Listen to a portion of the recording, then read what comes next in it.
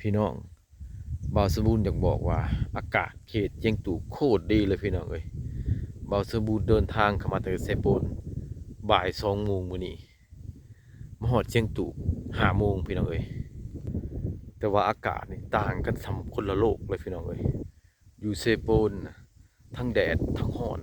อากาศบ่าวสมบูรณ์ไปนอน2 คืนจนบ่ได้ตุ้มผมพี่น้องแต่ว่ามาเขตเจียงตู่อากาศมันเปลี่ยนไปอีกอย่างหนึ่ง ขี่รถจักรกายผบังเข้ามาพี่น้องอากาศเรียกว่าเขาเย็นๆมาช่วงนี้มาฮอดเชียงตู่จุดชมเชียงตู่พี่น้องอากาศเย็นหนาวมีฝนฝอยอีกถือว่าจะว่าต่างกันคนละโลกเลยกับเซปูนพี่น้องเอ้ยอยู่เซปูนอากาศร้อนแดดอุณหภูมิถือว่า25-27 องศาบัดเข้ามาเขตเชียงตู่พี่น้องต่างกันหลายเด้อพี่น้องเด้ออุณหภูมิ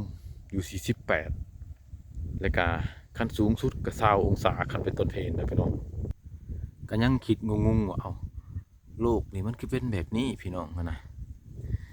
ระยะทางห่างเข้ามานี่ก็บ่ได้ไกลนี่พี่น้องเลย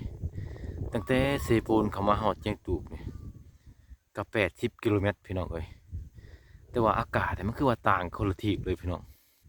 อยู่เซโปนร้อนนอนขึ้นก็เหือไหลกลางเว้นจังสิแห้งแดดอบอ้าวพี่น้องเอ้ยแต่ว่าพัดมาพี่หนาวกลางเว้นจังสิบ่เห็นแสงแดดพี่น้องครึ้มวังหนึ่งนี่ก็ฝนตกมันมาช่วงนี้ฝนเศร้าก็ครึ้มอากาศเย็นบ่เห็นแสงแดดแต่ว่าต่างกันขนาดพี่น้องอุณหภูมิตอนค่ำก็แห้งลดลงพี่น้องบ่สมบูรณ์คิดว่าเกียรติเจียงตูบก็คือสิมีอากาศร้อนคือกันเข้ามาคิดว่าสิบ่หนาว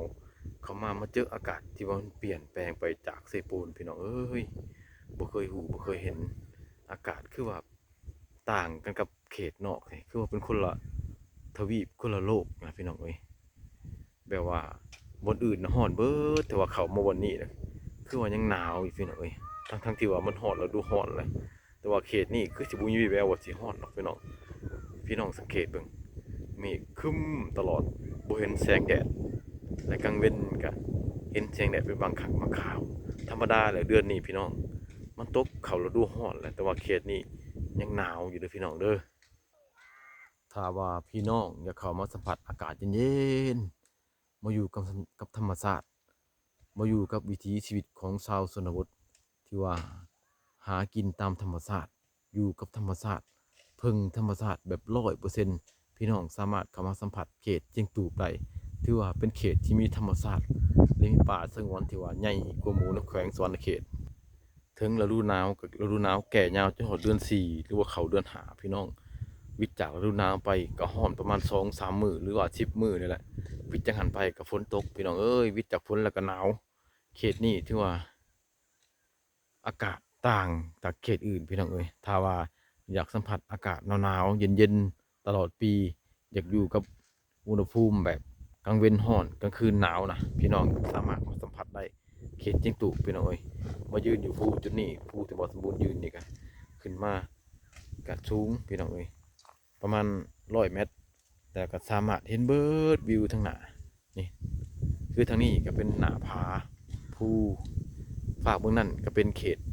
จุดสุมละโกละอานนะพี่น้องไปทางนี้ก็เห็นบ้านเรือนบ่สนทางกับบ้านนี่เป็นบ้านนาพี่น้องเอ้ยเข้าไปกายบ้านนาไปอีกก็เป็นบ้านหลังกลปิดหลังกลไปกับวังมูงและเรียบไปตามหน้าผาเบื้องนั้นก็เป็นหน้าผาผาบางแล้วก็ฮอดซุมหลอดหอกระดอแล้วพี่น้องเด้อคลิปนี้ก็มีหยังพี่น้องเอ้ยเอาอากาศหนาวสัมผัสกับอุณหภูมิที่เปลี่ยนแปลงให้พี่น้องได้เบิ่งว่าอุณหภูมินะ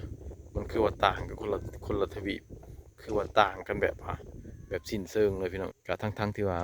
แผ่นดินติดจอดกันบ่ได้มีแม่น้ำใหญ่ขันกลางแต่ว่าอุณหภูมิคือต่างคือเปลี่ยนหลายแต่พี่น้องเอ้ยสำหรับคลิปนี้ก็สิฝากไว้เท่านี้เด้อพี่น้องเด้ออย่าลืมกดไลค์กดแชร์อยากเห็นวิวงามมื้อนี้ก็กดติดตามไว้พี่น้อง